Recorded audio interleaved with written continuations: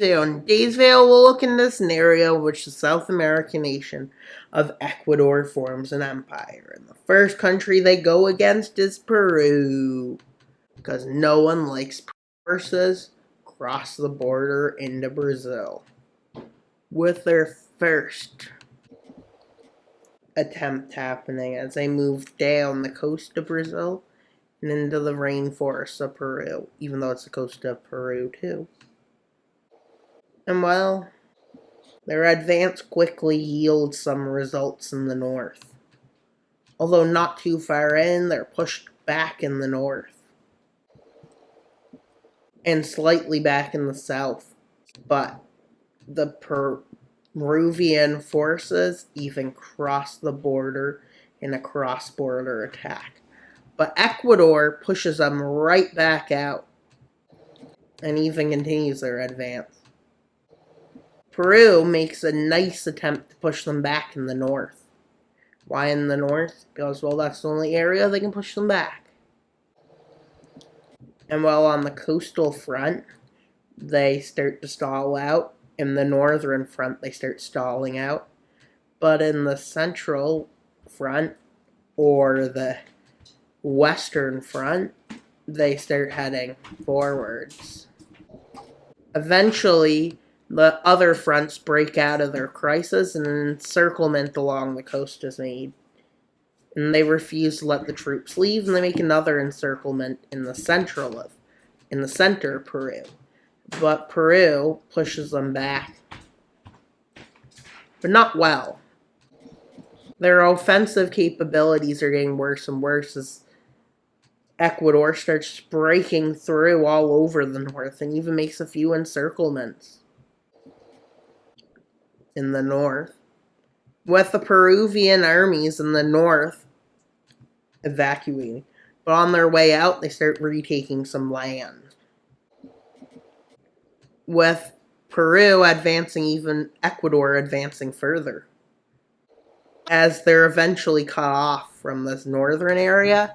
A few thousand of the hundreds of thousands of troops didn't get out, and they're pushed back to here, with Peru's last offensive happening, as at this point they have to go on the defensive, no more offensives. With the coastal front getting even larger,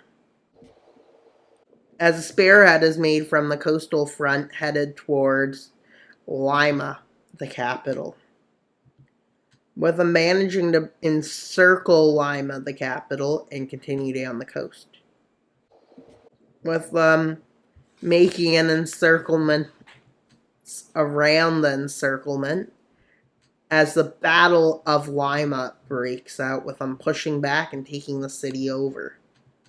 With Peru still fighting, even though they get pushed back to the border and an encirclement is made, they still keep fighting, even though they move to the Bolivian border and move all the way down to Chile down the coast. At this point, Peru realizes there's no point left in fighting and surrenders. Let's see how the peace treaty is, deciding their next front will be against Colombia, as they declare war on Colombia. And they have added experience from the war in Peru. And well, this is going to help them a lot in this effort, with them launching multiple cross-border attacks. And these were successes, meaning they have crossed into the Colombian side of the border.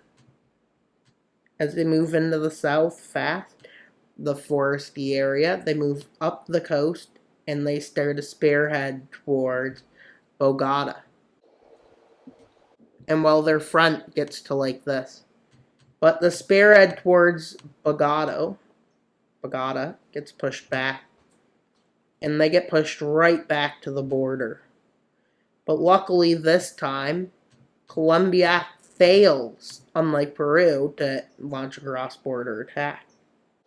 With this front over here starting a spearhead towards Bogota and continues up the coast. As the spearhead towards Bogota grows, eventually it actually encircles Bogota. Let's see how the Battle of Bogota goes from a closer up perspective. with forces moving in to the city and cutting the city off in the middle and taking the southern part of Bogota, then moving to the northern part of Bogota, the capital of Colombia.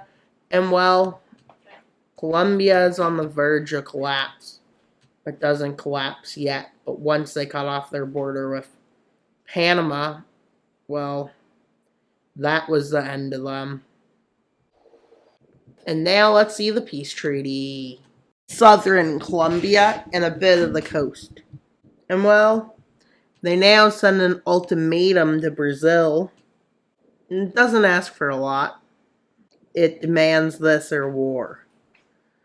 With Brazil coming back and saying, well, they can have up to here. And well, it'll look like this is what they're able to get.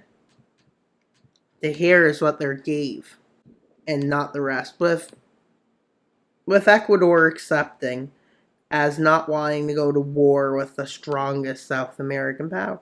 One that's not them. Ecuador is becoming pretty strong, but still not probably as strong as them. So with them accepting these land terms, and they've managed to grow quite a bit with this. And that's pretty much all for today's video. Please like and subscribe. Why should you subscribe? Because, well, we're trying to get to 2,900 subscribers by September 1st. And the next subscriber special is at 3,000 subscribers, so please subscribe. Bye, guys!